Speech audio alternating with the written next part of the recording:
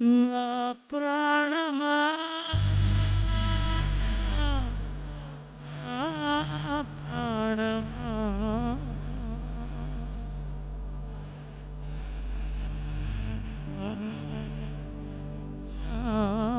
ప్రాణమా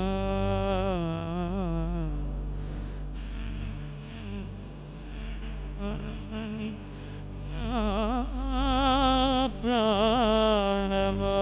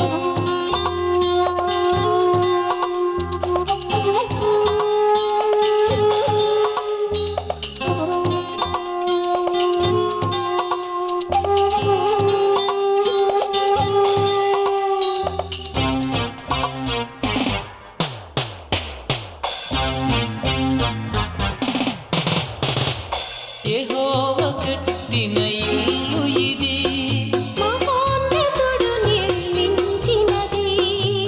మధురమై శ్రేష్టమై మరువరాని బంధమిది. యెహోవా కట్టిన ఇల్లు ఇది, మహోన్నతుడు నిర్మించినది. మధురమై శ్రేష్టమై మరువరాని బంధమిది. యెహోవా కట్టిన ఇల్లు ఇది.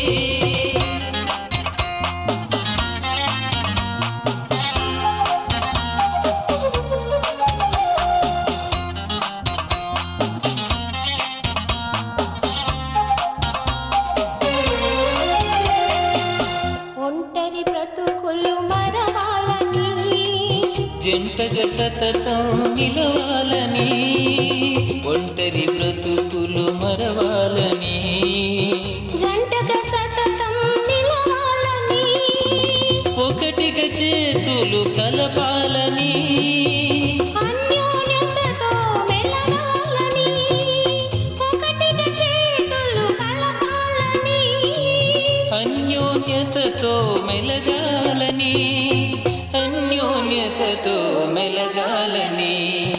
యెహోవా కట్టిన ఇల్లు ఇది.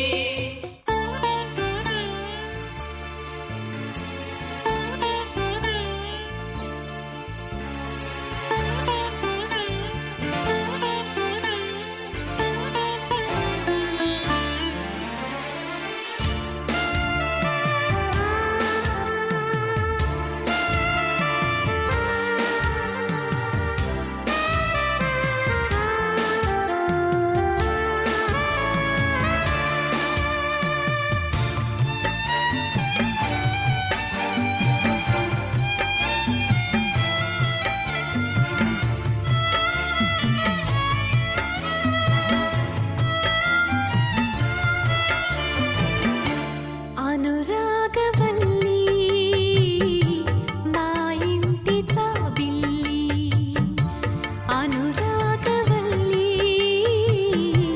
మా ఇంటి చాబిల్లి, మధురమైన నీ పెళ్ళి మా కంటి వెలుగు ఓ తల్లి, మధురమైన నీ పెళ్ళి మా కంటి వెలుగు ఓ తల్లి,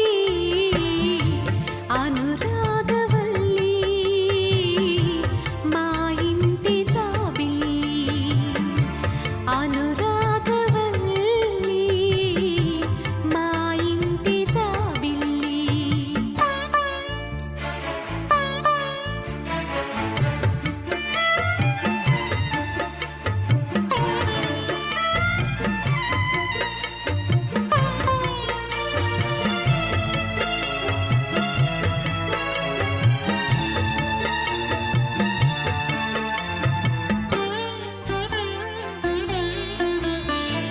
అణకువ అనురాగముతో అందరి మన్నన పొందాలి, ఆదర్శ గృహిణివై నీ ఇంటిని ఆనంద గృహముగా తీర్చాలి.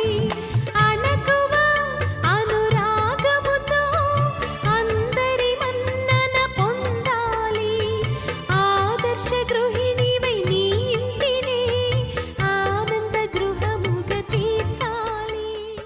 అదిగదిగో పరలోకము నుండి దిగి వచ్చే వధువు సంఘము, వరుణి వలె పరిపూర్ణ సౌందర్యమును ధరించుకున్నది. అదిగదిగో పరలోకము నుండి దిగి వచ్చే వధువు సంఘము, వరుణి వలె పరిపూర్ణ సౌందర్యమును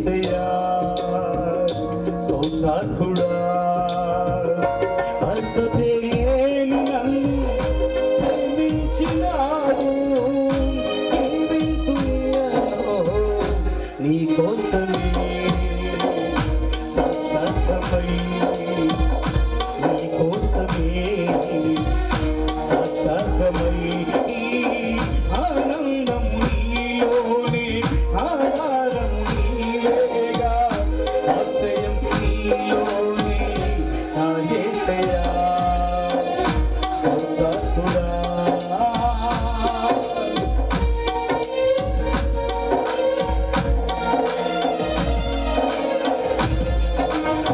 త్వరగా పెళ్లి కుమారుడు పెళ్లి కుమార్తెలు సిద్ధపడడానికి మనం చేస్తా ఉన్నాం.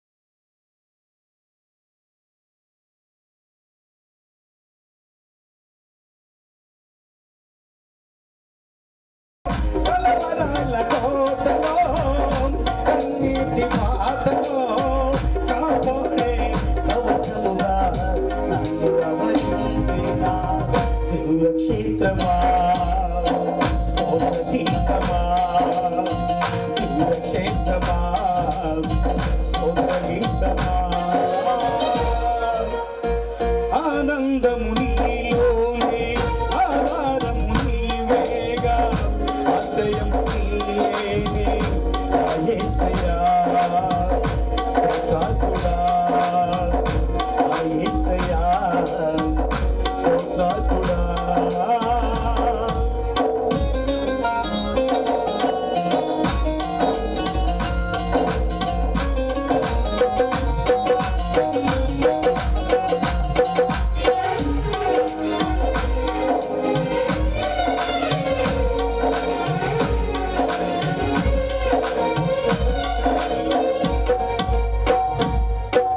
నిరంతరము నీవే వెలుగని నిత్యమైన స్వజం నీవని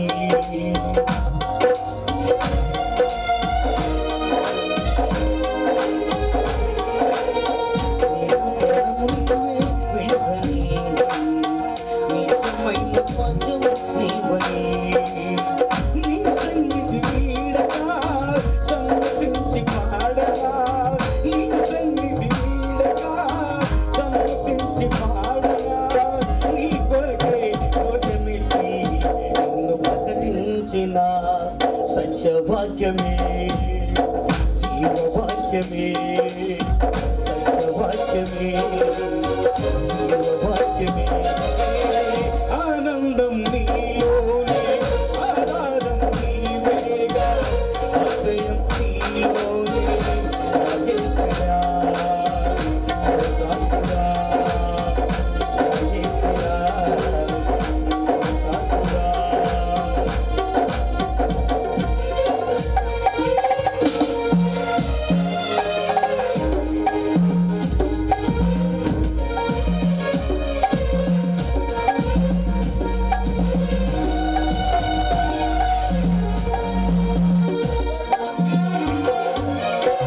సత్యమైన ఏకమై సర్వక్షేమమైన ఫలమై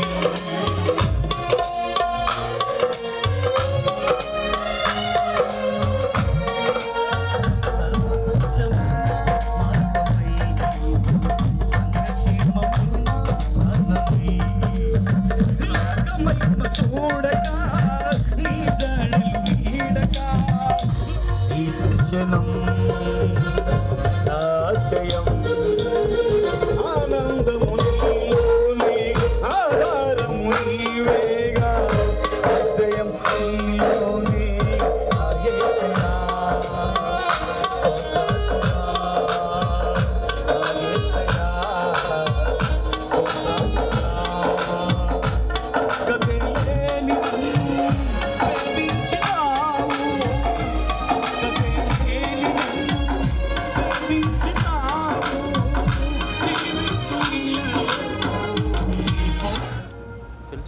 కలిసి వచ్చి ప్రత్యేకమైన పాట పాడాలని మనం చేస్తున్నాం.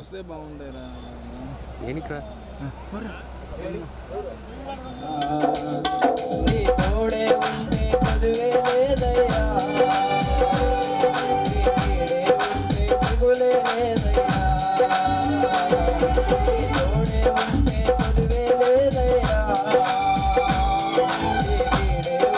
దిగులే లేదయ్యా, తండ్రి నీకు స్తోత్రాలయ్యా, ఉంటే నాకు చాలు యేసయ్యా, తండ్రి నీకు స్తోత్రాలయ్యా.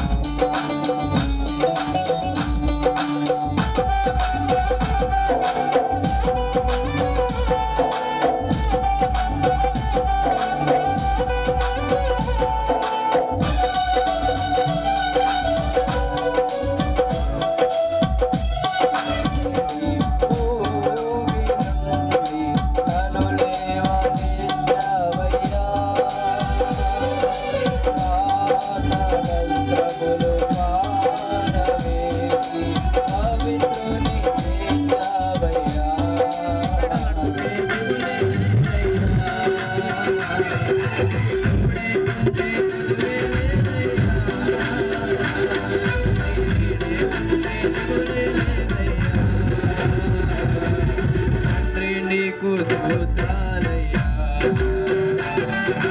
ఉంటే నాకు చాలు యేసయ్యా, తండ్రి నీకు స్తోత్రాలయ్యా.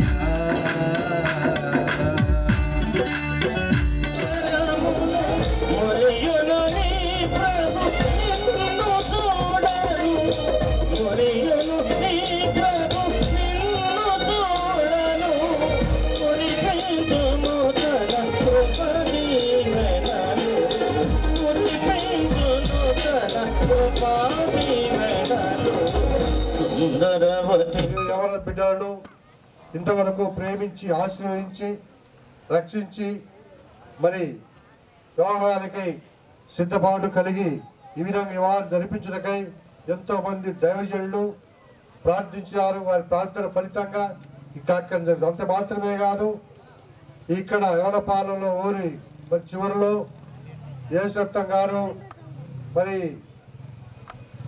ఆ యొక్క మందిరము నిజంగా అన్ని జిల్లాలకు ప్రార్థన మందిరం కనబడుతూ ఎంతో మందికి స్వార్థను ప్రకటించడమే కాదు, ఎన్నెన్నో గొప్ప సూచక్రియలు గొప్ప కార్యాలు జరిగిస్తున్న విధానం బట్టి ఈనాడు వారి యొక్క క్రైస్తవ వివాహాలు జరిపించడానికై దేవుని యొక్క సంకల్పం బట్టి వారికి అభినందిస్తూ మరి వివాహాన్ని ప్రారంభించుకుందాం.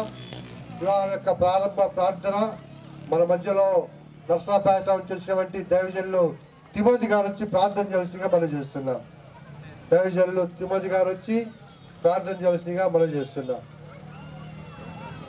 మా యేసయ్యానికి స్తోత్రం చెల్లిస్తూ ప్రార్థిస్తూ ఉన్న ప్రభువా, మీ దాసుల్ని తండ్రి ఈ ప్రాంతానికి ప్రేమించి తండ్రి అయా వారిని మీరు ప్రేమించి వారికి అయా మీరు ఇచ్చినటువంటి కుమారులను బట్టి నీకు స్తోత్రము చెల్లిస్తూ ఉన్నాం. ఇది ప్రభువా అయా మీరు ఏర్పాటు చేసినటువంటి దినమునైనా ఈ రోజున తండ్రి వారి యొక్క జ్యేష్ఠ కుమారునికి వివాహం కార్యక్రమాన్ని మీరు జరిపిస్తున్న విధానాన్ని బట్టి నీకు స్తోత్రము చెల్లిస్తూ ఉన్నాం. ఆది నుంచి అంతవరకు ప్రభువా మీరు అధ్యక్షత వహించి నడిపించమని ప్రార్థిస్తూ ఉన్న ఈ క్షణం ప్రభువా వివాహ కార్యక్రమాన్ని చేస్తున్నటువంటి దైవదాసుల్ని తండ్రి మీరు అభిషేకించి వాడుకోండి. నోటికి వాక్కును వాక్శక్తిని ప్రభువా మీరు అనుగ్రహించి కార్యక్రమం అంతట్లో ప్రభువా మీ కృప తోడించి నడిపించమని యేసు నామములో ప్రార్థించుచున్నాం తండ్రి, ఆమేన్.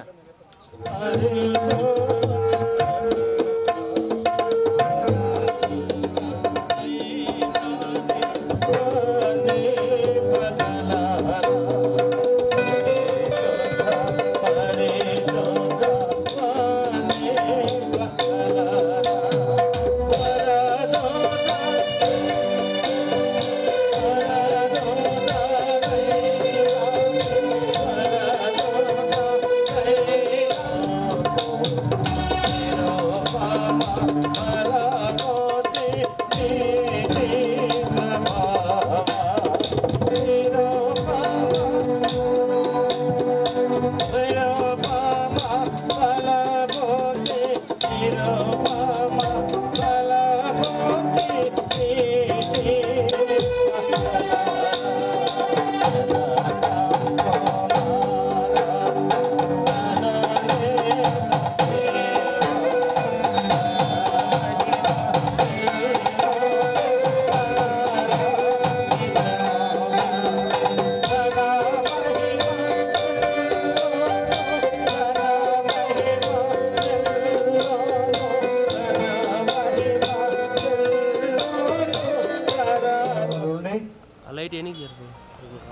ఆదికాండం 2వ అధ్యాయం 18 నుంచి 20 వరకు దైవజనులు స్వార్థికులు చాలా మందిగా చదువుతారు.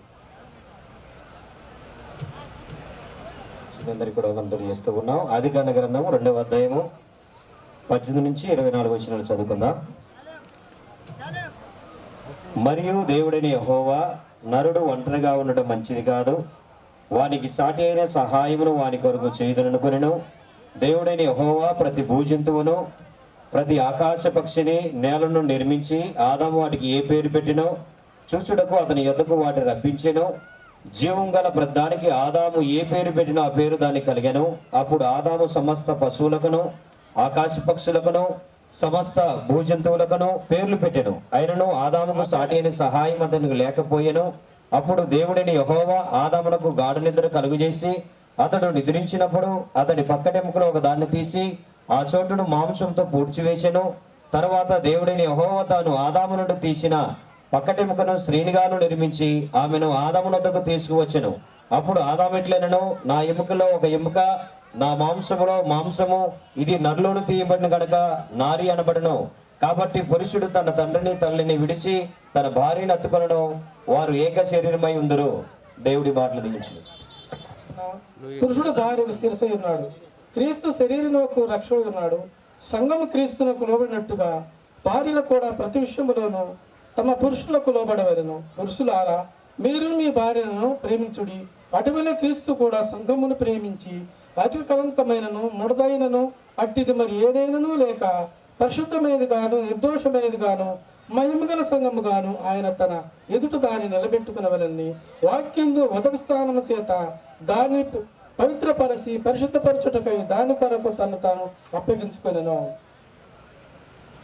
Thank you sir. మరి సమయంలో వాక్యం కొరకు వాక్య సందేశాన్ని ఇవ్వకముందు వాక్యం మనందరిలో స్థిరపరిచి దృఢపరిచి ప్రత్యేకంగా ఈ వాక్యం ద్వారా జతపరచబడబోతున్నటువంటి నూతన వధువులు ఆశీర్వకరంగా ఉండటై మన మధ్యలో వాక్య కొరకు ప్రార్థన చేయవలసిందిగా వనేశం గారిని పెద్దలు వనేశం గారి డివిజన్ ప్రార్థన చేయవలసిందిగా మనం చేస్తున్నాం. వనేశం గారు వచ్చి దేవా జీవాధిపతి మీ కొందరములు స్తోత్రములు చెల్లిస్తూ ఉన్నాం. నరుడు ఒంటరిగా ఉండుట మంచిది కాదని ఆదిలోనే మీ సంకల్పం, మీ ఉద్దేశం మానవుని పట్ల ఇంతగా మీరు చూపిన విధానముకై మీకు స్తోత్రాలు చెల్లిస్తున్నాం. ఆ రీతిగా మీ సంకల్పాన్ని ఈ రోజున ప్రభువా దైవజనులు యేసరత్నం గారు అక్కగారిని ప్రేమించి వారి మొదటి సంతతిగా కుమారుని మీరు అనుగ్రహించారు బాలయేసును. దేవా మీకు స్తోత్ర. ఈ దినము దేవానైన కుమారుని విషయంలో వివాహం తండ్రి కొద్ది క్షణాల్లో జరపబోతూ ఉండగా నీ సన్నిధి మాతో ఉంచమని ప్రార్థన చేస్తున్నాం. వాక్యం అందిస్తున్న మీ దాసును కూడా మరుగుపరిచి మా అందరితో మీరే మాట్లాడి మహిమ పొందమని యేసు నామములో ప్రార్థన చేసి వేడుకుంటున్నాము తండ్రి, ఆమేన్. పేరు చాలా మంది విన్నాం చూసి, నేనైతే వింటున్నా కానీ ప్రత్యక్షంగా చూడడం ఇదే. మన మధ్యకు ఇద్దరు కూడా మంచి దైవజనులు, నూతన రాష్ట్రం మరి హెచ్ఎస్లో మంచి పదవులు ఉన్నటువంటి వారు, అధికారులు ఉన్నటువంటి మధ్య సంతోషం.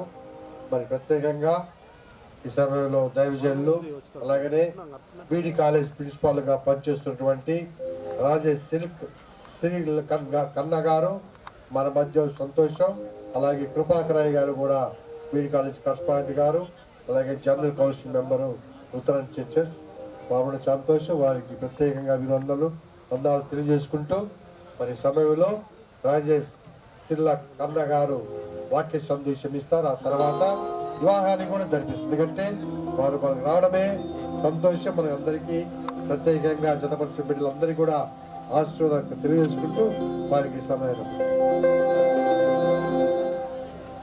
ప్రభు నామానికి స్తోత్రం. మీ అందరికి వందనాలు. మారాసు వారి పరిశుద్ధ వివాహ ఆహ్వానానికి వచ్చిన మీ అందరికీ, మనల్ని అందరినీ కూడా ప్రేమతో ఆహ్వానించిన మారాసు యేసరత్నం గారికి, చెన్నమ్మ గారికి, వారి కుటుంబానికి ప్రత్యేకమైన వందనాలు తెలియజేస్తున్నాను. ఈ సభను ఇంతవరకు నిర్వర్తించిన దైవజనులు సుందర్రాజు గారికి, వారికంటే ముందు నిర్వహించిన సామేల్ గారికి, వేదిక మీద ఉన్న గనులైన దైవజనులందరికీ నేను ప్రత్యేకమైన వందనాలు తెలియజేస్తున్నాను. అలాగే ఏజేజే కృపాకర్ రావు గారికి కూడా నేను ప్రత్యేకమైన వందనాలు తెలియజేస్తున్నాను. వేదిక మీదున్న దైవజనులు, వేదిక ముందున్న దైవజనులు అందరికీ కూడాను శుభాలు. పెద్దలు, మరి బంధువులు, రక్త సంబంధులు, సంఘస్థులు అందరు కూడాను ఈ వివాహానికి విచ్చేసినారు. మీ అందరికీ కూడాను ప్రభు పేరిట శుభాలు తెలియజేస్తున్నాను. అనేక సంవత్సరాలుగా మారాసు యేసురత్నం గారు మరి దేవుని చేతిలో వాడబడుతూ అనేకులకు స్వస్థతలు దేవుని ద్వారా మరి అందిస్తూ ఆ వరముతో మరి ప్రజలను ప్రభు వైపు తిప్పుతూ ఆ కన్యజనులకు వెలుగుగా ఉంటూ ఈ ప్రాంతంలో, మల్లపాలెం ప్రాంతంలో వారు ఎంతో పరిచర్య జరిగిస్తున్న సంగతి నాకంటే మీ అందరికీ బాగా తెలిసిన తర్వాత ఈ వివాహానికి నేను ముఖ్యంగా ఈ ప్రాంతంలో చాలామంది దైవజనులు ఉండగా కూడా ఇక్కడికి నేను వచ్చి ఈ వివాహం చేయటానికి గల కారణం మరి ఈ వరుడు బాలయేసు నాకును అలాగే కృపాకర్ సార్కి కూడా స్టూడెంట్. తను 7th క్లాస్ వచ్చాడు. 7th క్లాస్లో అక్కడికి 7th 8th అక్కడ చదువుకున్నాడు. మరలా 9th ఇక్కడికి వచ్చేసావు కదా. కాబట్టి తను అలాగే సురేష్ వాళ్ళ తమ్ముడు అలాగే వాళ్ళ చిన్నాన్న కొడుకు సాగర్ వీళ్ళు ముగ్గురు కూడాను లూథరన్ బోర్డింగ్ హోమ్లో చదువుకున్నారు. అప్పుడు నేను అక్కడ మరి వీళ్ళకు కేర్ టేకర్గా ఉంటూ వచ్చాను. తర్వాత కృపాకర్ సార్ వారికి శారీరక భోజనం పెడుతూ ఉంటే నేను ఆత్మ సంబంధమైన ఆహారం పెడుతూ వారిని ఆత్మలో మరి క్రమశిక్షణతో దేవుని భయంలో పెంచడం జరిగింది. ఆ క్రమంలో చాలా దెబ్బలు కూడా పడ్డాయి అనుకోండి. ప్రేమ ఎంత ఉంటుందో శిక్ష కూడా అంతే ఉంటుంది. కాబట్టి తండ్రి తాను ప్రేమించిన కుమారుని గద్దించి శిక్షిస్తాడని ఆ దైవిక క్రమశిక్షణ, దైవిక ప్రేమలో ఈ ముగ్గురు పిల్లలు కూడా 2 సంవత్సరాలు అక్కడ చదువుకున్నారు, పెంచబడినారు. ఆ అనుబంధం నాకు ఈ కుటుంబంతో. మరి మారాసు యేసురత్నం గారు వారి బిడ్డల్ని, అయ్యా నా పిల్లలు ఎప్పటికైనా దేవుని సేవ చేయాల్సిందే, కాకపోతే మినిమం ఎడ్యుకేషన్ వాళ్ళకు కావాలి, ఆ ఎడ్యుకేషన్తో పాటు వారికి దైవ భయం కూడా కావాలి, అందుకని ఇక్కడ దేవుని భయం ఉంటుందని లూథరన్ బోర్డింగ్ హోమ్కి తీసుకొచ్చి నేను జాయిన్ చేస్తున్నాను. నేను చదివించుకోవటానికి చాలా పాఠశాలలు ఉన్నాయి, కానీ దైవ భయం ఇక్కడ దొరుకుతుంది, దైవిక క్రమశిక్షణ ఇక్కడ నేర్పిస్తారు, ప్రార్థనలో వాక్యంలో పిల్లలు పెంచబడతారు. కాబట్టి మా పిల్లల్ని ఇక్కడ చేరుస్తున్నాను, మీ చేతుల్లో పెట్టి వెళ్తున్నానని యేసురత్నం గారు, రండి ఇక్కడ కూర్చోండి చక్కగా.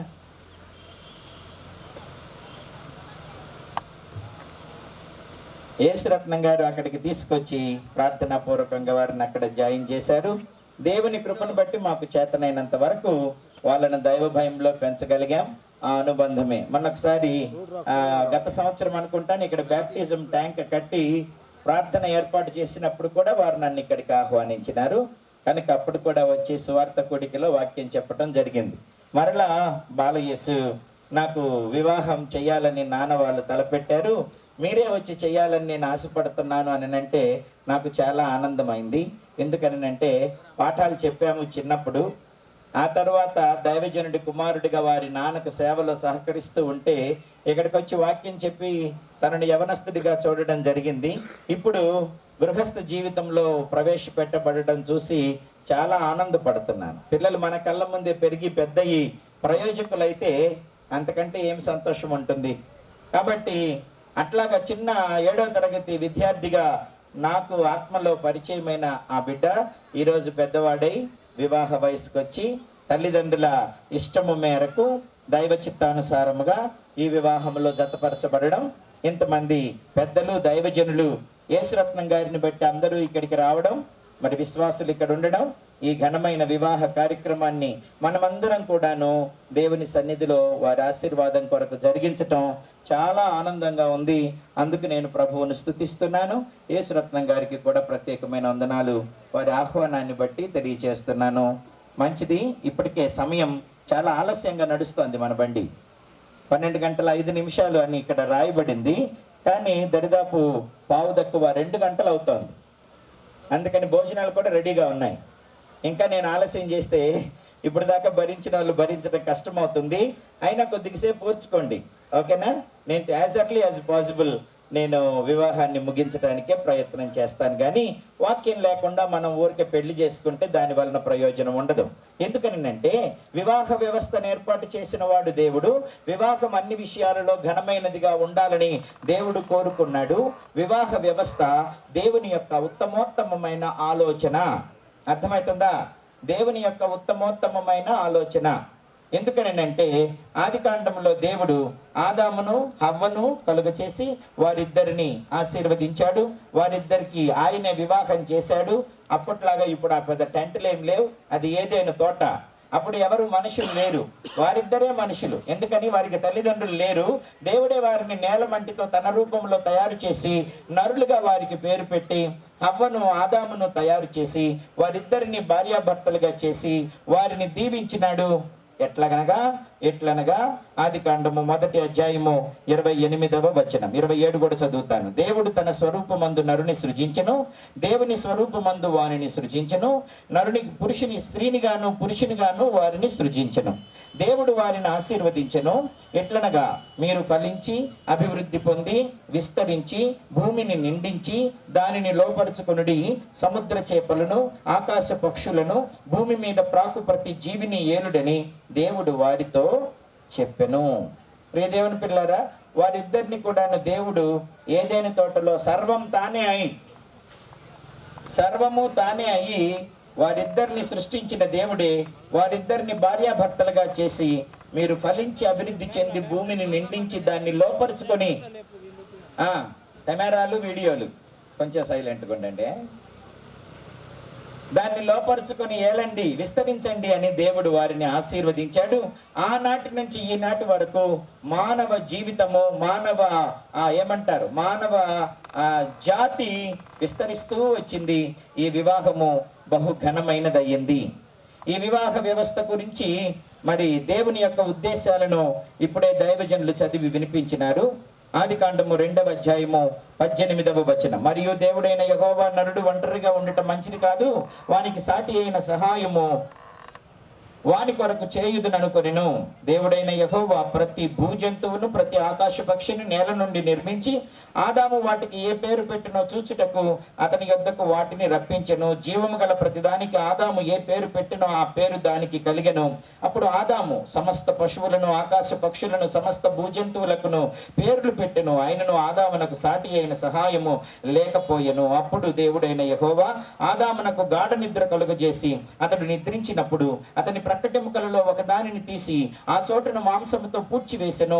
తరువాత దేవుడైన యెహోవా తాను ఆదాము నుండి తీసిన ప్రక్కటెముకను స్త్రీనిగా నిర్మించి ఆమెను ఆదాము నద్దకు తీసుకొని వచ్చెను.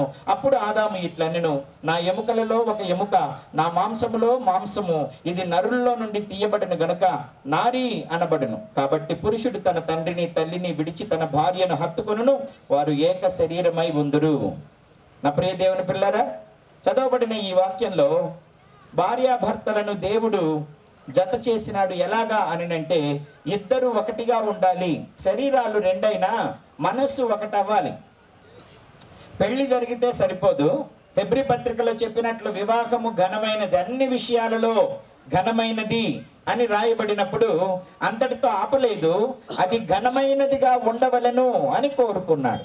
వివాహము అన్ని విషయములలో ఘనమైనదిగా ఉండాలి. ఈరోజు ఘనంగా జరిగితే కాదు కానీ అది ఎప్పటికీ ఘనమైనదిగా ఉండవలెను అందరిలో అనుంది. చూడండి 4వ వచనం, హెబ్రీలకు రాసిన పత్రిక 13వ అధ్యాయం 4వ వచనం, వివాహము అన్ని విషయములలో ఘనమైనదిగాను పాన్పు నిష్కల్మషమైనదిగాను ఉండవలెను అని రాయబడింది. అన్ని విషయములలో అన్న దగ్గర ఫుట్ నోట్ నంబర్ 1 వేసి కింద రాయబడింది, అందరిలో అది ఘనంగా ఉండాలి. అన్ని విషయాలలో ఘనంగా ఉండాలి, అందరిలో ఘనంగా ఉండాలి. ఈ రోజు కాదు, ఈ 4 గంటలు కాదు, వారిద్దరు బ్రతికున్నంత కాలం అది ఘనంగానే ఉండాలి.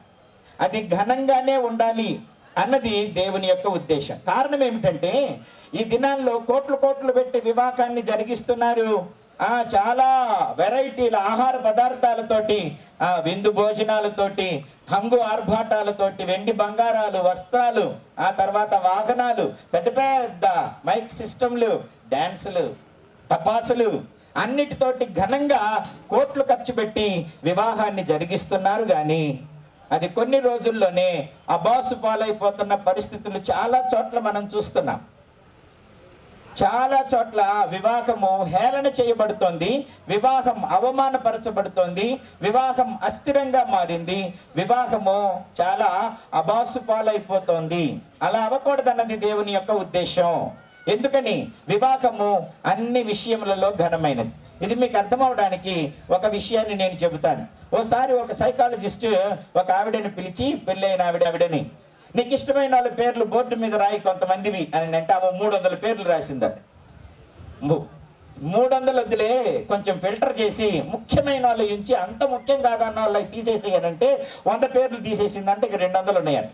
ఇంకొంచెం ఫిల్టర్ చేయమ్మా అని అంటే మరలా ఫిల్టర్ చేస్తే ఇంకొక 100 పేర్లు పోయినాయి అంటే మరలా 100 ఉన్నాయండి.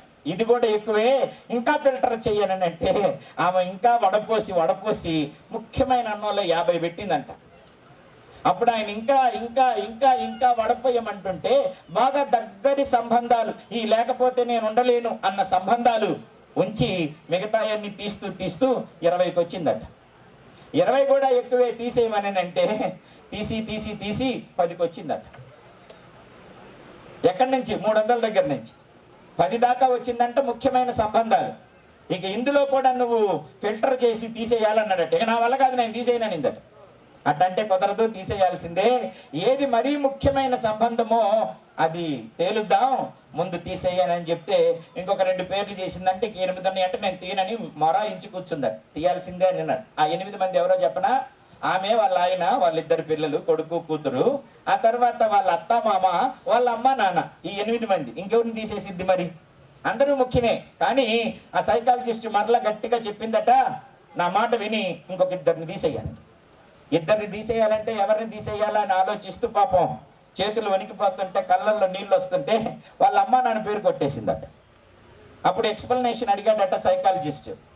ఆ ఉన్న 8 మంది చాలా ముఖ్యమైన వారు, మీ అత్త, మీ మామ, మీ అమ్మ, మీ నాన్న, నువ్వు, మీ ఆయన, మీ 2 పిల్లలు. మీ అమ్మ నాన్నని ఎందుకు కొట్టేశావు అని అడిగారట. మళ్ళీ దీనికి మళ్ళీ ఎక్స్ప్లెనేషన్ ఒకట. కొట్టేయనంటే కొట్టేయమంటివి, కష్టంగా కొట్టేశా. అదే ఎందుకు కొట్టేశావని. ఎక్కడైనా ఆడపిల్లను కదా, ఎంత పెంచినా పెద్ద చేసినా ఒక ఇంటికి వెళ్ళిపోవాలి కదా. ఆ తర్వాత వాళ్ళకు నాకు ఏమి సంబంధం ఉండదు కదా. ఏదో అప్పుడు ఇప్పుడు చూడటం తప్ప వాళ్ళు ఎల్లకాలం నాతో ఉండలేరు కదా, అందుకని వాళ్ళని కొట్టేశా అనిందట. ఆ తర్వాత సైకాలజిస్ట్ అన్నాడట, ఇంకొక 2 కొట్టేయమని. అప్పుడు ఎవరిని కొట్టేయాలని ఆలోచించి అత్తామామని కొట్టేసిందట. అప్పుడు కూడా అడిగాడట సైకాలజిస్ట్, ఎందుకు కొట్టేశావని. అప్పుడు మరి కొట్టేయమంటున్నారు కదా, అమ్మా నాన్న తర్వాత ఈ కొన్నది అత్తామామే.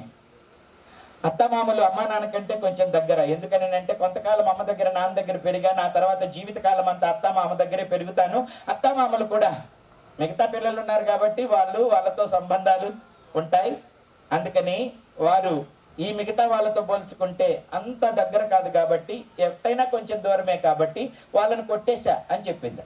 ఇక బోర్డు మీద 4 మిగిలిపోయారు. ఎవరో తెలుసా? భార్య, భర్త, కొడుకు, కూతురు మిగిలిపోయారు. ఇప్పుడు చెప్పేదంటే నీ పేరు ఎలా ఉంది కాబట్టి నీ పేరు కొట్టేసి 3 పేరు ఉంచక్కడ అంటే 3 పేర్లు ఉంచిందట. ఆ తర్వాత ఇప్పుడు ఆ 3లో ఒకరి పేరు కొట్టేసేయమని అడిగాడట. ఒకరి పేరు కొట్టేయమంటే ఎవరిని కొట్టేయాలండి? కొడుకుని కొట్టేయాలా, కూతుర్ని కొట్టేయాలా, భర్తను కొట్టేయాలా? ఎవరిని కొట్టేయలేను, ఇక నా చేల కాదు, నన్ను అడగొద్దు అంటుందట. కాదమ్మా, ఆలోచించి కొట్టేయమని అంటే తప్పదా అని ఆడపిల్ల పేరు కొట్టేసిందట. అప్పుడు అడిగిందంట సైకాలజిస్ట్, ఎందుకు కొట్టేసావు ఆడపిల్ల పేరు అని. నేను మా అమ్మోళ్ళ దగ్గర అల్లారు ముద్దుగా పెరిగాను. ఓ వయసు వచ్చిన తర్వాత పెళ్లి చేయాలి కాబట్టి పెళ్లి చేసి అత్తింటికి పంపించారు. ఆ తర్వాత అమ్మా నాన్నకు దూరం అయిపోయాను కదా. అట్లాగే నా కూతురు కూడా పెద్ద అవుతుంది, ఒకరోజు ఆమెను కూడా ఇచ్చి పెళ్లి చేస్తాను, ఆమె కూడా వేరే ఇంటికి కోడలుగా పోద్ది, కాబట్టి ఎల్లకాలం నాతో ఉండదని అమ్మాయి పేరు కొట్టేశాను అని చెప్పింది. అప్పుడు భర్త పేరు, కొడుకు పేరు 2 ఉంటే ఈ 2 ఒకళ్ళని కొట్టేయమనింది. ఇక నా వల్ల కాదు, నన్ను ఏమైనా చేసుకో, నేను కొట్టేనంటుందా అని అంటే, లేదమ్మా, కొట్టేసినంత మాత్రాన్ని ఏం దూరం అవ్వరులే, ఎవరో కొట్టేయి అని అంటే ఏడుస్తూనే కొడుకు పేరు కొట్టేసిందా. అప్పుడు అడిగారంటే, ఎందుకు కొట్టేశావు కొడుకు పేరు? వాడి కోసం ఎన్నో ప్రార్థనలు చేశావు, ఒక్క కొడుకు పుడితే చాలనుకున్నా, వాడు కూడా పుట్టిన తర్వాత ఇప్పుడు ఎందుకు వాడి పేరు కొట్టేశావని అంటే, ఏదైనా ఒక రోజు వాడు పెద్దోడు అవుతాడు, వాడికి పెళ్లి చేయాల్సి వస్తుంది. ఒక అమ్మాయి చేతిలో పెట్టిన తర్వాత నా కుటుంబం నాది అని తన పిల్లల్ని చూసుకొని వాడు కూడా వెళ్ళిపోతాడు. అందుకని ఏ రోజైనా వాడు నా దగ్గర నుంచి వెళ్ళిపోయేవాడే కదా, కాబట్టి నాతో నిత్యం నిలిచేది నా భర్త ఒక్కడే. అందుకని నా భర్తను నేను ఉంచాను బోర్డు మీద, కొడుకును కూడా కొట్టేశానని చెప్పిందట. ఇప్పుడు అర్థమైందా? ఈ లోకంలో నాకు నువ్వు నీకు నేను అని కడదాకా నిలబడేది భర్త ఒక్కడే. భార్యకు భర్త, భర్తకు భార్య. ఈ బంధం దేవునికి తెలుసు కాబట్టి సాటి అయిన సహాయముగా కట్టె మట్టిలోకి చేరేదాకా కష్ట నష్టాలు, సంతోషాలు, సుఖాలు అన్నీ పంచుకోవటానికి ఒక భాగస్వామి కావాలి. అది చాలా విలువైంది, అది చాలా ముఖ్యమైంది. అందుకే దేవుడు ఇంత ఘనమైన కార్యాన్ని దేవుడు తలపెట్టాడు. ఆ ఘనమైన కార్యంలో ఈరోజు బాలయేసు కీర్తి ప్రవేశించబోతున్నారు. అమ్మా నాన్న సంరక్షణలో పెరిగారు, యవనస్తులయ్యారు. మరి వారిద్దరు కూడా ఒకరికొకరు జత అవుతున్నారు. కాబట్టి వారిద్దరు ఒకరికొకరు చాలా ముఖ్యం. కాబట్టి ఈ బంధం దేవుడు కలుగజేసిన బంధం, ఇది కడదాకా నిలవవలసిన బంధం. ఇప్పుడు ఇద్దరిగా ప్రవర్తించకూడదు. వారిద్దరు ఏక శరీరం అయిపోవాలి. వారిద్దరు ఏక శరీరం అయిపోవాలి. తల్లిని తండ్రిని వదిలిపెట్టమంటే ఇంకా వాళ్ళతో ఏమీ జోలి లేకుండా, వాళ్ళను బాధ్యతగా పట్టించుకోకుండా, వాళ్ళ మాట వినకుండా మీకు ఇష్టం వచ్చినట్టు సొంత పెత్తనాలు చేయమని కాదు అర్థం. మీరిద్దరు ఒకటై అటువైపులా అమ్మా నాన్నను, ఇటువైపు అమ్మా నాన్నను సన్మానించండి అని అర్థం. ఎందుకనంటే దేవుని ఆజ్ఞల్లో ఒక ఆజ్ఞ, నేను నీకు ఇచ్చు దేశంలో నీవు దీర్ఘాయుష్మంతుడు అవ్వాలి అని అంటే నీ తల్లిని నీ తండ్రిని సన్మానించాలి, వాళ్ళ మరణం వరకు సన్మానించాలి. అయితే మీరిద్దరూ కలిసి సన్మానించాలి. నాది నీది అనుకోకుండా మనది అనే భావనలోనికి రావాలి. కొంతమంది పెళ్ళి 10 సంవత్సరాలు 20 సంవత్సరాలు అవుతున్నా ఇంకా నాది నీదే ప్రాయాలు కలుగుతాయి, మనస్మర్ధలు కలుగుతాయి, కన్నీరు, కష్టము, గొడవలు కలుగుతుంటాయి. దేవుడు చెప్పాడు, పురుషుడు తన తల్లిని తండ్రిని విడిచిపెట్టి తన భార్యను హత్తుకోవాలి, వారిద్దరు ఏక శరీరమై ఉంటారు. పట్టుకో అని చెప్పలేదు దేవుడు, హత్తుకో అని చెప్పాడు. హత్తుకోవటమంటే వారు ఒకరినొకరు కలిసి జీవించటం. ప్రతిసారి వెళ్ళిన ప్రతి పెళ్లిలో ఈ విషయాన్ని నేను చూపిస్తూ ఉంటాను. హనుమంతరావు ఇక్కడ, నా స్నేహితుడు హనుమంతరావు ఉన్నాడు ఇక్కడ, అతనితో చూపిస్తా హత్తుకోవటం అంటే ఏంటో. కొంతమందికి గతంలో నేను పెళ్లి చేసినప్పుడు వచ్చిన వారికి తెలిసి ఉండొచ్చు, కానీ చాలా కొత్త మంది ఉంటారు, కొత్త వాళ్ళు ఉంటారు కాబట్టి వాళ్ళ కోసం చూపిస్తున్నాను. పట్టుకోవటంలో రకాలు. చిటికినేలతో పట్టుకో, అది కాదు ఇది పట్టుకోవటం అంత స్ట్రాంగ్గా ఉండదు, తొందరగా ఊడిపోద్ది. ఆ తర్వాత కొంచెం బంధంగా గట్టిగా పట్టుకోవటం అంటే ఇది కొంచెం స్ట్రాంగ్గా ఉంటుంది. దానికంటే స్ట్రాంగ్గా ఉండటం ఇది. ఇది 3వ రకం పట్టుకోవడం. 4వ రకం పట్టుకోవడం ఇది ఇంకొంచెం స్ట్రాంగ్గా ఉంటుంది. ఇవన్నీ పట్టుకోవడాలే. హత్తుకోవడం అంటే చూపిస్తాను ఇప్పుడు. 2 చేతులు ఖాళీ చేసి, ఈయన కూడా ఖాళీ చేసి ఇట్లా ఉంటే దీన్ని హత్తుకోవడం అంటారు. ఇది హత్తుకోవడం. ఇది పక్కకు పెట్టకపోతే పట్టుకోవటం అవుతుంది, పక్కకు పెడితేనే హత్తుకోవటం అవుతుంది. దేవుడు చెప్పాడు, మీరు ఒకరినొకరు హత్తుకోవాలి, పట్టుకోకూడదు. చిటికినేలతో పట్టుకుంటే విడిపోతాయి. అర్థమవుతుందా? ఒకరినొకరు హత్తుకోవాలంటే ఏంటి? నాకేం అవసరంలా, నువ్వు ఉంటే చాలు అని చెప్పాలి. భార్య భర్తని, భర్త భార్యని ఇలా నువ్వు ఉంటే నాకు చాలు అనే భావన మనసులో కలగాలి. అంతేగాని బైక్ లేదు, ఫ్రిడ్జ్ కొనిపెట్టలేదు మీ అమ్మోళ్ళు, నాకు వాషింగ్ మిషన్ కొనిపెట్టలేదు, నాకు ఉంగరం పెట్టలేదు. భార్యాభర్తల మధ్యలోకి కేవి రాకూడదు. ఈ ఇచ్చిపుచ్చుకోవటాలన్నీ పెళ్లికి ముందే. ఇక పెళ్ళైన తర్వాత ఈ పరిపుచ్చాలు ఏమీ రాకూడదు. అప్పుడే వివాహం ఘనంగా ఉంటుంది. లేకపోతే అవమానకరం అయిపోతుంది, బీటలు వారిపోద్ది, పెలుసు వారిపోద్ది, పగిలిపోద్ది. వివాహ బంధం ఘనంగా ఉండాలి అని అంటే నువ్వే నాకు ₹1,00,00,000 ఆస్తి, నేనే నీకు ₹1,00,00,000 ఆస్తి. అంతే. మన ఇద్దరం కలిసి ఉందాం, కష్టపడి పనిచేసుకుందాం, కుటుంబ గౌరవాన్ని నిలుపుకుందాం, అమ్మా నాన్నను సంతోష పెడదాం, నలుగురికి మాదిరికరంగా ఉందాం, హ్యాపీగా ఉందాం. పచ్చడి ఉంటే పచ్చడి తిందాం, పలావ్ ఉంటే పలావ్ తిందాం, పట్టు చీర ఉంటే పట్టు చీర కట్టుకుందాం, పాత చీర ఉంటే పాత చీరే కట్టుకుందాం. కానీ నాకు నువ్వు నీకు నేను అని బ్రతకాలి అన్నది దేవుని ఉద్దేశం. అలా బ్రతికితేనే ఆ వివాహం ఘనంగా ఉంటుంది. Thank you, God bless you. అలా ఉంటున్నారా ఈరోజు? లేదు. చిన్న చిన్న వాటికి కూడా గొడవలు పెట్టుకొని, పంచాయతీలు పెట్టుకొని, పెళ్ళైన 3వ రోజే పెద్ద మనుషుల దగ్గరికి పోతున్నారు, కొందరు పోలీస్ స్టేషన్లకు పోతున్నారు. అలా ఉండకూడదు. అందుకు దేవుడు వివాహ వ్యవస్థను ఏర్పాటు చేయలేదు. మనం ఘనంగా ఉండాలి. అన్నిటిలో అందరిలో వివాహం ఘనంగా ఉండాలి. ఈరోజు చేసుకునే ఘనత కాదు, మనము అనుదినంలో హత్తుకొని జీవించటంలో ఉంటుంది నిజమైన ఘనత. మరి ఘనతగా వివాహం ఉండాలి, పటిష్టంగా ఉండాలి, ఫలభరితంగా ఉండాలి, ఆనందంగా ఆదర్శప్రాయంగా వివాహం ఉండాలి అని అంటే 5 లక్షణాలు ఉండాలి. ఆ 5 లక్షణాలకు వివరణ నేను చెప్పలేను, కానీ 5 లక్షణాలు మీతో చెబుతాను. ఎఫెసీలకు రాసిన పత్రిక దైవజనులు ఇందాక చదివించినారు. ఆ ఎఫెసీలకు రాసిన పత్రికలో దేవుడు సంఘమును ప్రేమించినట్లు భర్త భార్యను ప్రేమించాలి అని చెప్పాడు. అది మచ్చలతోనూ మలినాలతోనూ కలంకాలతోనూ మడతలతోనూ సంఘం ఉన్నప్పటికీ దేవుడు ప్రేమించాడు. రోమన్ సైనికుడు ఒక ఆయన ఆర్టిస్ట్ని పిలిచి ఆర్టిస్ట్ వేయమన్నాడు. ఇప్పుడంటే ఫోటోలు ఉన్నాయి, కానీ అప్పుడు కళాకారులు బొమ్మలు వేసేవారు. ఆ బొమ్మలు పెయింటింగ్స్ అలా ఉంటే అవి మాత్రమే మిగిలిండేవి. అందుకని ఆ పెయింటింగ్ చేసేటప్పుడు చక్రవర్తులు, గవర్నర్లు, రాజుల ఫోటోలకి కొంచెం ముఖం మీద మచ్చలున్నా కూడా కొంచెం చక్కగా ఫోటోల్లో అందంగా వేసేవారట. కానీ ఒక రోమా సైన్యాధ్యక్షుడు తన దగ్గరికి వచ్చిన చిత్రకారుణ్ణి పిలిచి, నా బొమ్మ ఉన్నదున్నట్టే అన్నాడట. ఉన్నదున్నట్టేస్తే మీరు కొంచెం బాగుండరండి అన్నాడట. బాగులేకపోయినా పర్వాలేదు, నేను ఎట్టున్నాను అట్టయి. నా ముఖం మీద రంధ్రాలు ఉన్నాయా, అవి కూడా రావాలి. నా ముఖం మీద మచ్చలు ఉన్నాయా, అవి కూడా రావాలి. నా ముఖం మీద మొటిమలు ఉన్నాయా, అవి కూడా రావాలి. నన్నేమి మేకప్లు చేసేయబాక, అందరికీ వేసినట్టు నన్ను దున్నదున్నట్టుగా వేయి, అదే నాకు ఇష్టం. ఇప్పుడు అంతా మేకప్ లోకం అయిపోయింది. మేకప్ లోకం అయిపోయింది. నల్ల చర్మమూలు కూడా తెల్లగా కనబడతాయి మేకప్ లేసి బెత్తడెత్తున కదా. ఆ తర్వాత మచ్చలు అవి ఇవి ఉన్న మొత్తం కవరింగ్లు చేసేస్తారు. లేదు, మనల్ని ఉన్నది ఉన్నట్టుగా ప్రేమించాలి. భర్త ఉన్నది ఉన్నట్టుగా ప్రేమించాలి, భార్య ఉన్నది ఉన్నట్టుగా ప్రేమించాలి. ఎవరు పర్ఫెక్షన్ లేరు, మానవులు ఎవడు పర్ఫెక్షన్ కాదు. పెళ్లి కాకముందు నువ్వు అట్టుంటావు అనుకున్నా, నువ్వు ఎట్టుంటావు అనుకున్నా, నువ్వు ఎట్టుంటావు అనుకోవాలా అనకూడదు. అర్థమైందా? ఎట్టున్నా ప్రేమించాలి. ఒకసారి వివాహం జరిగిన తర్వాత ఎట్లా ఉన్నా ప్రేమించాలి, మచ్చలతోనే ప్రేమించాలి, లోపాలతోనే ప్రేమించాలి. దేవుడు మనలను లోపాలతోనే ప్రేమిస్తున్నాడు. మనకున్న లోపాలు, మనకున్న మచ్చలు, మనకున్న సమస్యలు అన్నీ ఉన్నా కూడా దేవుడు మనల్ని ప్రేమిస్తున్నాడు. దేవుని ప్రేమకు మన అందం అడ్డం కాదు, మన సమస్యలు, మన మొట్టాలు, మన మచ్చలు అడ్డం కాదు. దేవుడు మనలను తనని ఎలా ప్రేమించుకుంటాడో మనల్ని అలా ప్రేమిస్తున్నాడు. అందుకే పౌలు భక్తుడు చెప్పాడు, భర్త కూడా తన సొంత దేహాన్ని ఎలా ప్రేమించుకుంటాడో తన భార్యను అలా ప్రేమించాలి. ఆ ప్రేమ మారకూడదు, రోజు రోజుకు ప్రేమ పెరుగుతుండాలి. పొరపాట్లు జరుగుతుంటాయి, వాటిని సర్దుకుపోవాలి. ప్రేమ ఉంటే సర్దుకుపోతారు. దేవుడు కూడా మనల్ని సర్దుకుపోవట్లా. మనం ఎన్ని బలహీనతల్లో ఉన్న దేవుడు మనల్ని సర్దుకుపోవట్లా. దేవుడు అక్కడే సంపూర్ణుడు, మానవులందరూ అసంపూర్ణులే. అయినా మన అసంపూర్ణలతో పాటు, మన లోపాలతో పాటు దేవుడు మనల్ని ప్రేమిస్తున్నాడు. ఆ లోపాలన్నీ సరిచేస్తాడు. అందుకే చిన్నపిల్ల కీర్తికి ఎన్ని సంవత్సరాలు అంటే 19 సంవత్సరాలు అని చెప్పారు. మరి మావాడికి ఎన్ని సంవత్సరాలు అని అంటే ఆయనకి 22 సంవత్సరాలు.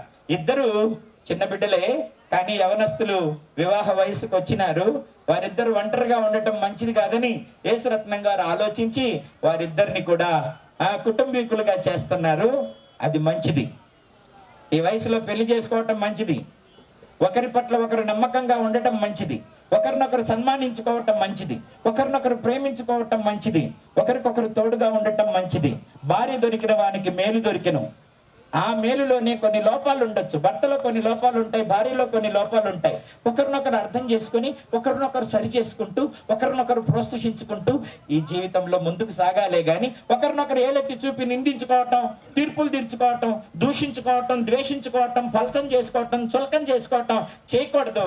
చేస్తే వివాహం ఘనంగా ఉండదు అని గుర్తుపెట్టుకోవాలి. కాబట్టి ప్రేమించుకోవాలి. ప్రేమ అన్నిటినీ సహిస్తుంది, ప్రేమ అన్నిటినీ ఓర్చుకుంటుంది, ప్రేమ అన్నిటికీ తట్టుకుంటుంది, ప్రేమ అన్నిటికీ తాలుకుంటుంది. స్వప్రయోజనాన్ని చూసుకోదు ప్రేమ, త్వరగా కోపపడదు ప్రేమ, మత్సరపడదు ప్రేమ, డంబుగా నడవదు ప్రేమ, ఉప్పొంగదు ప్రేమ. దైవిక ప్రేమ అది.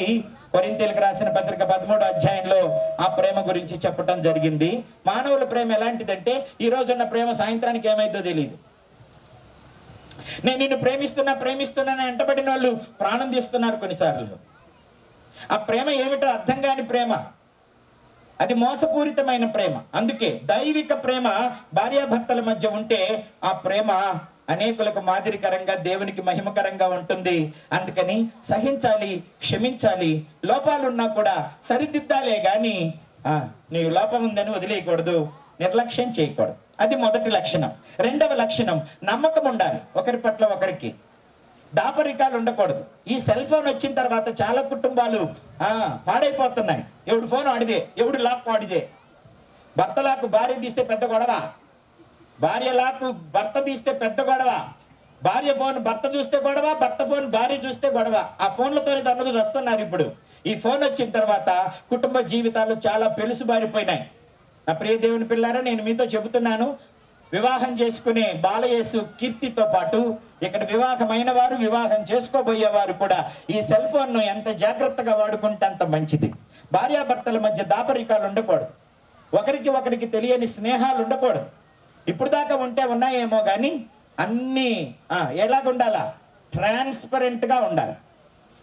ఆదికాండంలో కూడా ఆదామవ్వల గురించి చెప్పినప్పుడు వారు దిగంబరులుగా ఉన్నారు, అయితే వారు సిగ్గు ఎరుగక ఉన్నారు అని ఉంది. నేను మొన్న ఒక చోట ఈ వివాహ వర్తమానం చెబుతూ ఆ వాక్యం చదవమంటే ఓ పాస్టర్ గారు ఇది చదవాలా, చదివేనా వద్దా అంటున్నాడు. ఏదది? 25వ వచనం. అప్పుడు ఆదామును అతని భార్యయు వారిద్దరూ దిగంబరులుగా ఉండిరి, అయితే వారు సిగ్గు ఎరుగక ఉండిరి అని చదవటానికి ఆయన సిగ్గుపడుతున్నాడు. నేను అన్నాను సిగ్గుపడకండి చదవండి అన్నాను. అంటే దిగంబరులుగా ఉన్నారు అన్నావు కదా, దాని అర్థం వేరండి. దిగంబరులు అని అంటే దాపరికం లేకుండా ఒకరికొకరు ట్రాన్స్పరెంట్ గా ఉండడం. సెల్ ఫోన్లలో దాపరికాలు ఉండకూడదు, స్నేహంలో దాపరికం ఉండకూడదు, డబ్బులో దాపరికం ఉండకూడదు, ఏ వ్యవహారాలలో దాపరికాలు ఉండకూడదు. వారిద్దరూ ఒకరికొకరు ట్రాన్స్పరెంట్ గా ఉంటే అనుమానాలు ఉండవు, అపార్థాలు ఉండవు. దయచేసి అర్థం చేసుకొని ఓపెన్ మైండెడ్ గా భార్యాభర్తలు ఉండాలని యేసుబాబుకి ఈ బోధ చేస్తున్నా. కీర్తికి కూడా ఈ బోధ చేస్తున్నా. అంతకుముందు biology, maths, science, social, English చెప్పాను. ఇప్పుడు కుటుంబ శాస్త్రం చెబుతున్నా దేవుని వాక్యంలో నుంచి. పెళ్లి చేసుకుంటే సరిపోదు, దాపరికం లేకుండా నా ఫోన్తో నీకేం పని, నీ ఫోన్తో నాకేం పని అనబాకండి. మీ ఇద్దరి మధ్య దాపరికాలు ఉండకూడదు, మీరిద్దరి మధ్య స్నేహాల మధ్య దాపరికం ఉండకూడదు, మీకు సీక్రెట్ లాక్లు ఉండకూడదు. అర్థమైందా? ఇద్దరినొకరినొకరు నమ్మండి, ఆ తర్వాత ఒకరినొకరు గౌరవించుకోవాలి. ఇప్పుడు సంస్కృతి ఎట్టయిపోయిందంటే భర్తను కూడా పట్టుకొని అరా ఓరే అని పిలుస్తున్నారు. ఇక లేదంటే అమ్ము తుమ్ము అని పిలుస్తున్నారు. చిన్ని, అమ్ము, బున్ను కాదు. యజమానుడు భర్త, యజమానుడిని యజమానుడిగానే గౌరవించాలి. మన తాతలు తండ్రులు ఆ గౌరవాన్ని కొనసాగించినారు. ఎందుకో మారిన ఈ నాగరికతలో భార్యాభర్తల మధ్య పిలుపులో కూడా గౌరవం మారిపోయింది. అంతా స్నేహం. స్నేహం ఎక్కడికి ఉండాలి అక్కడికి ఉండాలి, కానీ మర్యాద గౌరవాలు కూడా ఉండాలి. కాబట్టి ఒకరినొకరు గౌరవించుకోండి, ఒకరినొకరు దైవిక ప్రేమతో ప్రేమించుకోండి, ఒకరినొకరు అర్థం చేసుకోండి, ఒకరికొకరు సర్దుకుపోండి, ఒకరికొకరు విశ్వాసం కలిగి ఉండండి, ఉన్నదానితో తృప్తిగా ఉండండి, అమ్మా నాన్నకు లోబడి ఉండండి. బాధ్యత కలిగిన పొజిషన్లో వీరిద్దరు ఉండబోతున్నారు. ఒక దైవజనుడికి, దైవజనురాలకి మరి కుమారుడిగా, కోడలుగా వారు ఉండబోతున్నారు కనుక మిగతా వారి కంటే వీరి బాధ్యత చాలా గొప్పది. హాజరుగా ఉండాలి, దేవునికి మహిమకరంగా ఉండాలి, కీచుడాటలు, కొట్లాటలు ఉండకూడదు, అవమానపరుచుకోకూడదు, ప్రేమహీనంగా ఉండకూడదు, ఒకరినొకరు తక్కువ చేసుకోకూడదు, ఒకరినొకరు నలుగురు ముందు పలచన చేసుకోకూడదు, ఒకరినొకరు సన్మానించుకోవాలి, విశ్వాసం కలిగి ఉండాలి. ఎంత పెద్ద కుటుంబమైనా సమస్యలు వస్తుంటాయి, కొరతలు వస్తుంటాయి. కొరతలు, సమస్యలు వచ్చినప్పుడు దైవజనుల దగ్గరికి, పెద్దల దగ్గరికి, దైవ సేవకుల దగ్గరికి వాటిని తీసుకువెళ్ళి ప్రార్థనల పూర్వకంగా దేవుని వాక్యానుసారంగా వాటిని పరిష్కరించుకోవాలే తప్ప చిలవలు పలవలు చేసుకొని నష్టపోకూడదు. అన్ని కుటుంబాల్లో సమస్యలు వస్తాయి. చిన్న చెట్టుకు చిన్న గాలి, పెద్ద చెట్టుకు పెద్ద గాలని, ఎంత చెట్టుకు అంత గాలని. ప్రతి ఇంట్లో కొరతలు వస్తాయి, ప్రతి ఇంటిలో సమస్యలు వస్తాయి. వచ్చినప్పుడు వాళ్ళిద్దరే తన్నుకొని కొట్టుకొని తిట్టుకోకుండా నువ్వు కారణం అంటే నువ్వు కారణం అనకుండా, నిన్ను చేసుకున్నాకే నాకు ఎట్టయింది, నిన్ను చేసుకోకుంటే బాగుండు అనకుండా ఏం చేయాలా? ఏదైనా కొరత, సమస్య వచ్చినప్పుడు దైవజనులు ఉన్నారు, తండ్రి, దైవ సేవకుడు అక్కడ చెప్పుకోవాలి. ఆయన గనక ఓపెన్గా చెప్పుకోలేకపోతే మాలాంటి వాళ్ళకి చెప్పుకోవాలి. మనమందరం కలిసి సమస్యను దేవుని దగ్గరికి తీసుకువెళ్ళాలి. దేవుడే అన్ని సమస్యలకు పరిష్కారాన్ని అనుగ్రహిస్తాడు. కనుక ఆ వివాహంలో ద్రాక్షరసం అయిపోయింది, పెద్ద అవమానం. అయితే వెంటనే వారు వచ్చి సమస్యను మరియతో చెప్పారు. మరియ వెళ్ళి యేసయ్యతో చెప్పింది. యేసయ్య సరైన సమయంలో రంగు రుచి వాసన లేని నీళ్లకు రంగు రుచి వాసన ఇచ్చి నిజమైన ద్రాక్షల నుంచి తీర్చిన ద్రాక్షారసం కంటే కూడా ఈయన అద్భుతంగా నీళ్లను ద్రాక్షారసముగా మార్చడం వలన అది మరింత శ్రేష్టంగా ఉండింది. ఆయన శిష్యులు ఆయన యందు విశ్వాసం ఉంచగలిగారు. జీవితంలో శ్రమలు, కష్టాలు, కరువులు, ఇరుకులు, పోరాటాలు, ఇబ్బందులు కలిగినప్పుడు వాటిని విశ్వాసంలో వృద్ధి పొందటానికి, విశ్వాసం ద్వారా విజయాన్ని సాధించడానికి, అలాగా ఇతరులకు కూడా విశ్వాసాన్ని నేర్పించడానికి వాటిని మలుచుకోవాలే గాని ఆ సమస్యలలో కృంగిపోయి ఒకరినొకరు దూషించుకుంటూ పెద్దల సలహాలకు వెళ్లకుండా మనల్ని మనమే నష్టం చేసుకోవటం చేయకుండా ఒకరినొకరు చక్కగా చిన్న వయసులోనే అంటే యవన వయసులోనే వివాహ వ్యవస్థలోకి ప్రవేశిస్తున్న బాలయేసు, కీర్తి వీరిద్దరు కూడా ఈ పాఠాలన్నీ మనసులో పెట్టుకొని వాటిని అనుసరిస్తూ మరి జాగ్రత్తగా కుటుంబాన్ని కట్టుకొని అనేకులకు ఆశీర్వాదకరంగా ఉండాలని చేతి ఫలంతో, గర్భఫలముతో, భూఫలముతో, పశుఫలముతో, ఆత్మఫలాలతో వీరన్ని విధాలా వర్ధిల్లాలని, వారి ఫలం ఈ లోకములో పరలోకంలో నిలిచి ఉండాలని, ఆ ఫలాల ద్వారా అనేకులు మేలు పొందాలని కోరుకుంటూ ఈ మాటలు ముగిస్తున్నాను. మీరు వారు ఇద్దరు మనసులో పెట్టుకున్నారని అనుకుంటున్నాను. మంచిది. ఇప్పుడు వివాహాన్ని జరిగించుకుందాం. బాబు కొంచెం ముందుకు రండి, కొంచెం ముందుకు. గొడుగు ఏడుకొండలు గారు, అలాగే శ్రీమతి వెంకట సుబ్బులు గారు, వారి యొక్క కుమార్తె చిరంజీవి, ఏకైక కుమార్తె చిరంజీవి సౌభాగ్యవతి కీర్తి పరిశుద్ధ వివాహంలో జతపరచబడుటకు దేవుని యొక్క నిర్ణయము, పెద్దల యొక్క అంగీకారం వలన బిడ్డలిద్దరు ఇక్కడ నిలబడి ఉన్నారు. వీరిద్దరికి నేను ఇప్పుడు వివాహం చేయబోతున్నాను. అయితే వీరిద్దరూ న్యాయముగా జతపరచబడడం వీలు కాదు అని ఎవరైనా సరైన హేతువు చూపించగలిగితే వారు ఇప్పుడే చూపించాలి, లేకపోతే ఎప్పటికీ మౌనంగా ఉండాల్సిందే. వీరు న్యాయంగా వీరిద్దరు భార్యాభర్తలు అవ్వడం కుదరదండి, మా దగ్గర ఈ ఆక్షేపణ ఉంది అని చెప్పేవారు తొందరగా చేయండి అన్న వాళ్ళు కనుక ఇక్కడ ఉంటే అందరూ మాకు అంగీకారమేనని మీ అంగీకారాన్ని తెలియజేస్తూ మీ కుడి చేయి పైకెత్తారు. వాళ్ళ ఫోటోలు, వాళ్ళ చేతులు బంధించండి అందరూ వీడియోల్లో. ఇంకెప్పటికీ ఎవరు ఏమీ మాట్లాడకూడదు. వారిని ఆశీర్వదించడం తప్ప, వారి నలుగురికి ఆశీర్వాదకరంగా ఉండాలని దీవించడం తప్ప రావాలి. అలాగే కీర్తి యొక్క తండ్రి గారు లేరు, ఏడుకొండలు గారు కాలం చేశారు.